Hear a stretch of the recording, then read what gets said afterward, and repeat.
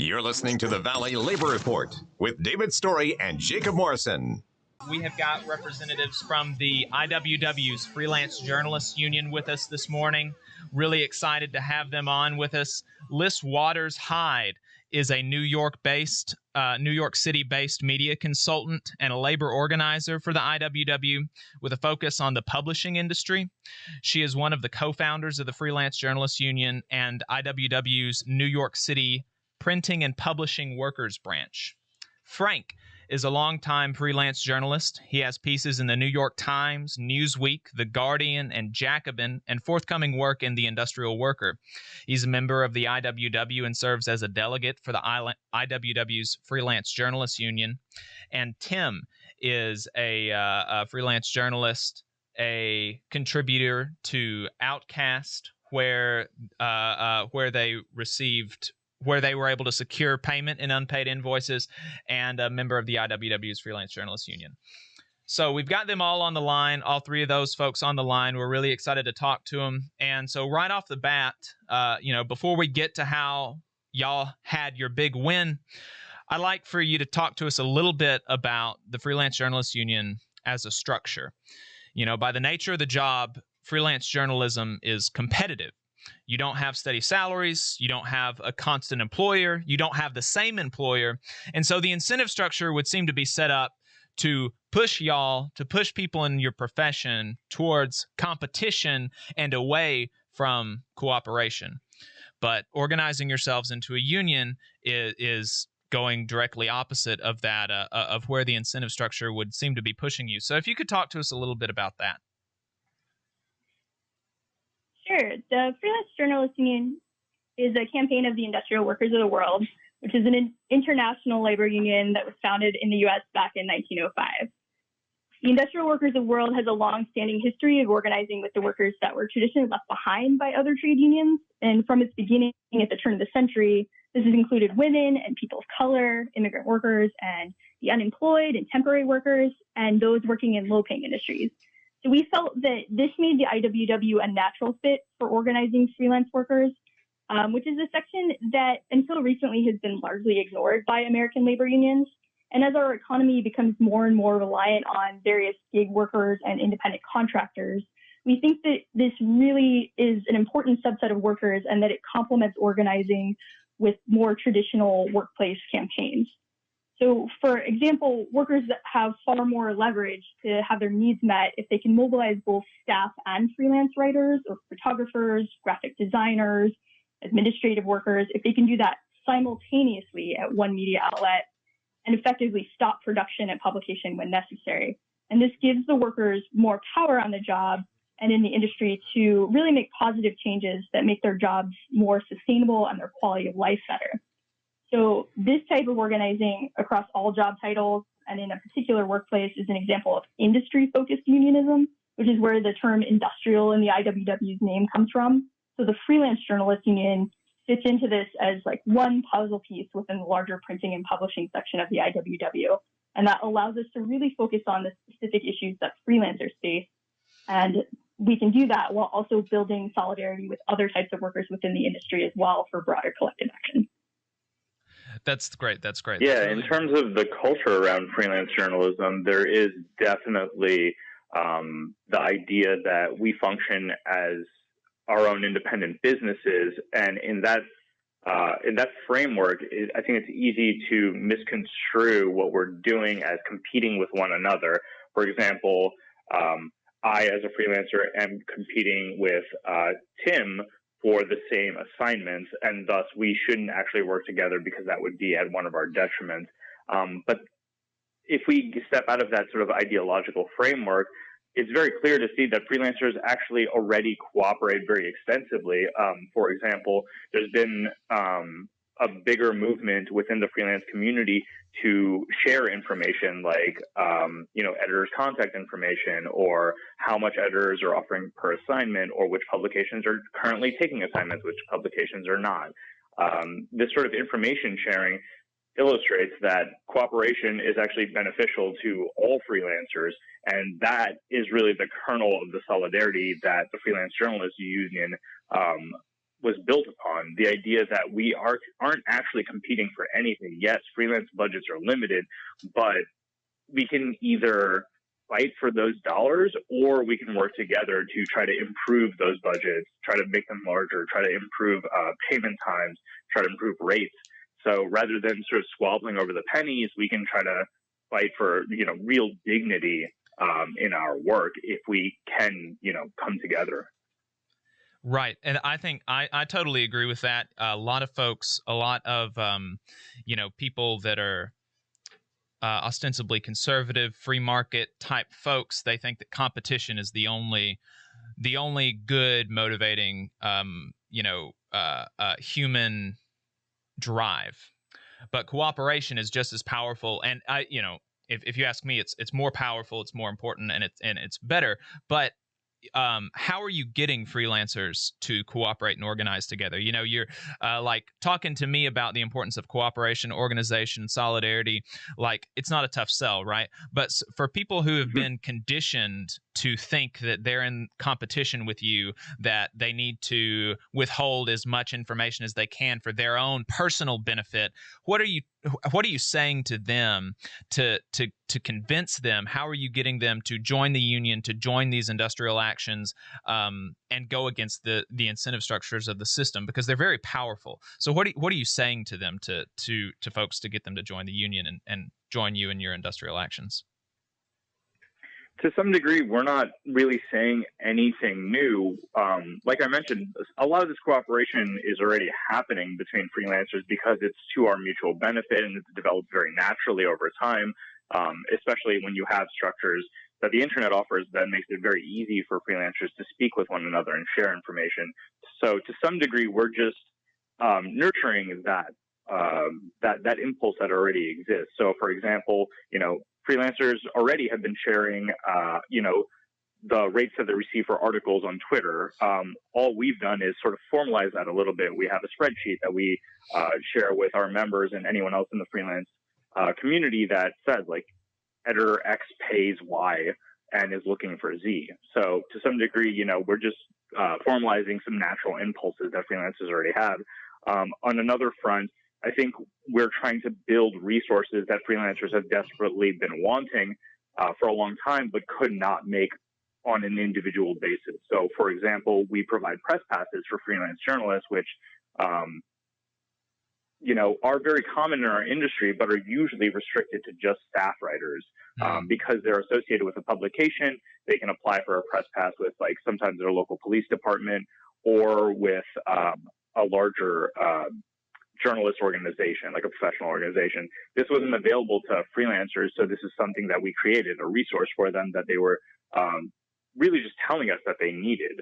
And then on the third front, I think we're bringing very sort of traditional union activity to freelancers who haven't been able to participate and stuff like that.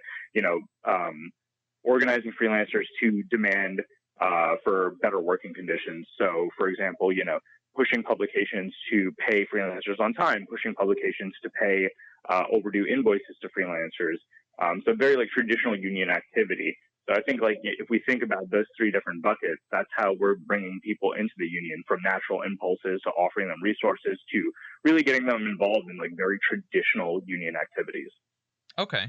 So you mentioned that, there's kind of been a long history of natural cooperation and stuff, and y'all are just formalizing this. So can you tell me when y'all were formed officially, and you began to start formalizing some of these cooperation processes that had been occurring naturally?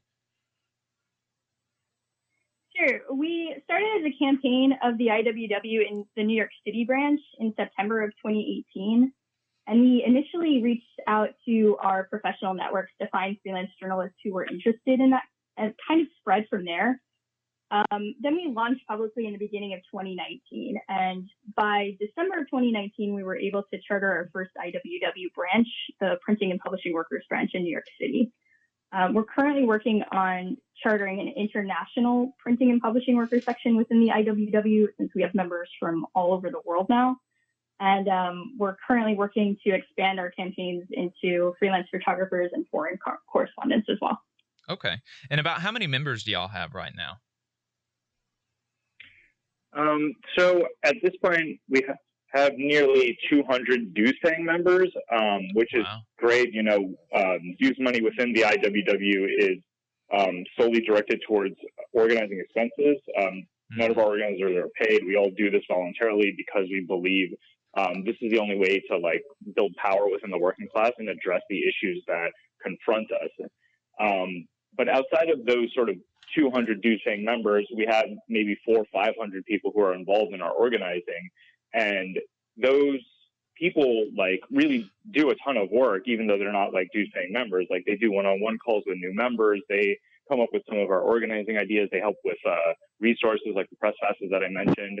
So I feel like the distinction between dues-paying members and sort of our members is not really the most important metric to us, because freelancing obviously is very precarious. So we don't demand that people pay dues necessarily to get involved in our organization.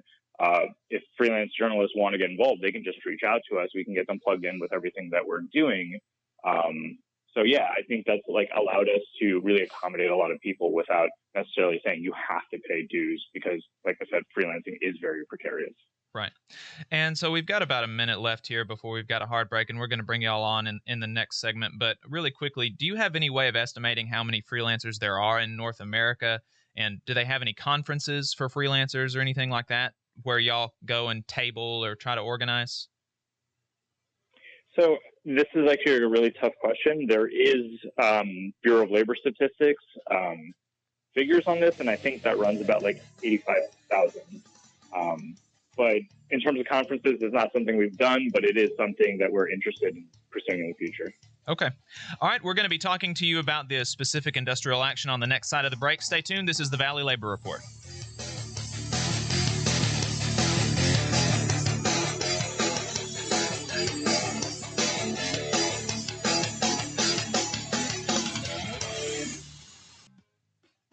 WVNN. Depend on it.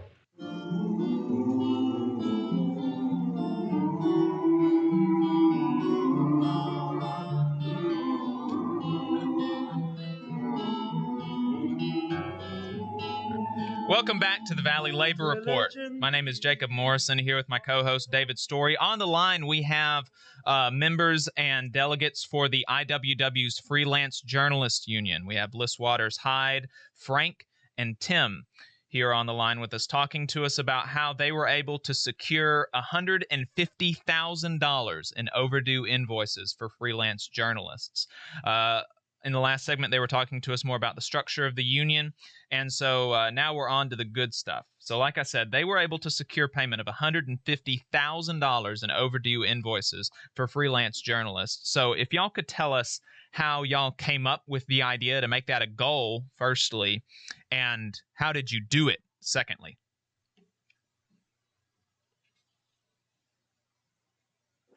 Can y'all hear me? Yeah, Tim, would you like to take this one? Oh, is this me? I thought I was doing a different one. Yeah, so I think an interesting thing about this is, well, I guess how we came up with the outside, the idea to work on a project targeting outside specifically was they were just kind of known across the freelance industry as a consistent bad actor, and they, really habitually pay months to sometimes even years late. And just for the audience, Outside is a publication that freelance journalists would contribute to sometimes.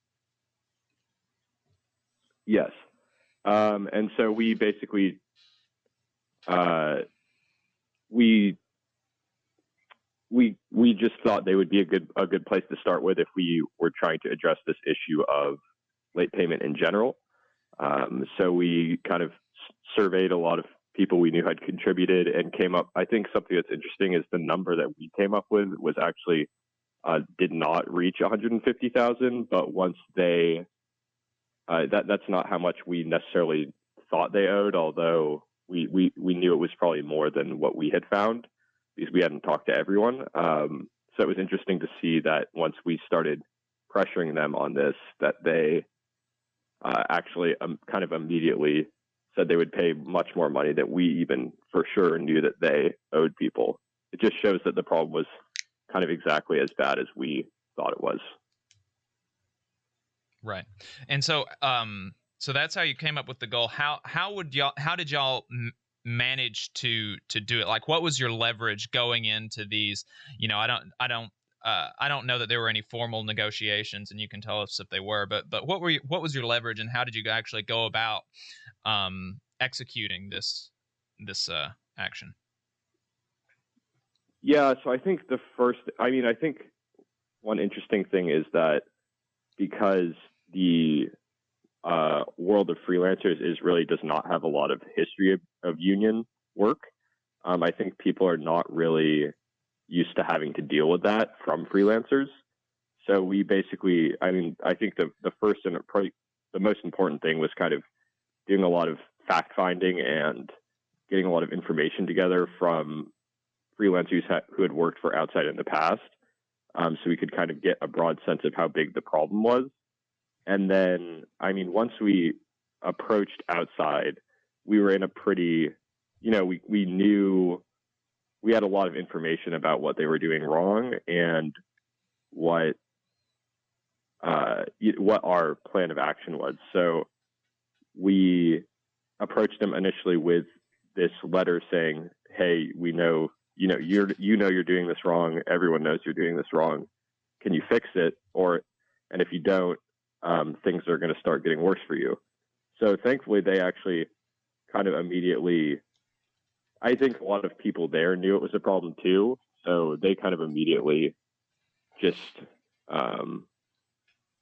agreed to a large part of what of our demands had been. But we had a plan to, I think in the background was we had done our research and had a plan for how to make life more difficult for them if they didn't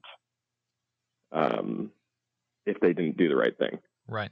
Yeah, and that's really important is being able to know what your leverage is in any campaign, any action, any time where you have a goal. It's important to know what your leverage is and how you can use it best. So what can other gig workers or so-called independent contract workers like Uber drivers or musicians learn from your organization and from this industrial action? Like we've got a bunch of local musicians here that have that I've heard have exactly the same problem that y'all had with Outside and with other publications. They have late or non-payment for gigs. And they're not employed by the bar that they play at. So, same with Uber drivers. They're ostensibly not employed by Uber. What can these folks learn from the Freelance Journalists Union? So we actually really learned a lot from other gig economy workers to begin with. A large part of the inspiration for the Freelance Journalists Union was actually the IWW in the UK, which was organizing Uber Eats drivers, who are, similarly gig economy employees, probably more precarious than freelance journalists are. So we were able to learn from them because when it comes down to it, the dynamics between the employer and the worker are very similar. Like we don't have any city work. We can't necessarily appeal to the law and our labor rights because we're not considered workers. We're considered independent contractors. But really, the source of power remains the same, where if you can get workers together and identify your common grievances, then you can, like we do with Outside, select a target that you can pressure to meet your demands. I'm not sure exactly what the situation is with musicians in your area, but, if there is one venue that refuses to pay or pay on time, it's about like making sure that, who actually has that grievance, getting those people to start talking with one another and, determining ways that you can pressure that venue to pay up, whether they be legalistic by taking them to court or, more social by putting pressure on them on social media or, old school pickets, stuff like that, or, even boycotts. Right. And so we're wrapping up the interview here. One of y'all mentioned something about a fundraiser that the Freelance Journalists Union is doing in conjunction with the Industrial Worker, which is the IWW's official publication. Can you tell us a little bit about what that is and how we can donate to it? Yeah, the Industrial Worker is actually one of the oldest continuously running labor outlets in the world, but certainly in the United States. It's been printing since, I believe, 1907. As you mentioned, it's the IWW's official publication. So the Freelance Journalists Union is working with Industrial Worker on this fundraiser to basically raise money to pay contributors. Like much of the IWW, the Industrial Worker traditionally ran on volunteer labor, but we're hoping to get folks paid because of the current economic crisis. So if you're able to, you can just Google, GoFundMe Industrial Worker, and that should bring up the fundraiser. Okay, thank you. This is the Valley Labor Report. We've had the IWW's Freelance Journalists Union on to talk to us. Stay tuned. We've got more after the break.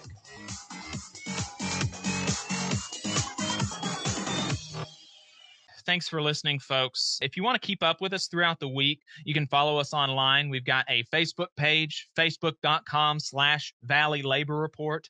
You can search us on YouTube at The Valley Labor Report. We're on Twitter at Labor Reporters. I'm on Twitter at JacobM_AL. David is on Twitter at Radical Unionist, RADICL Unionist. If you appreciate our work and want to ensure that we can stay on the air, consider supporting us with a monthly donation on Patreon at patreon.com/The Valley Labor Report.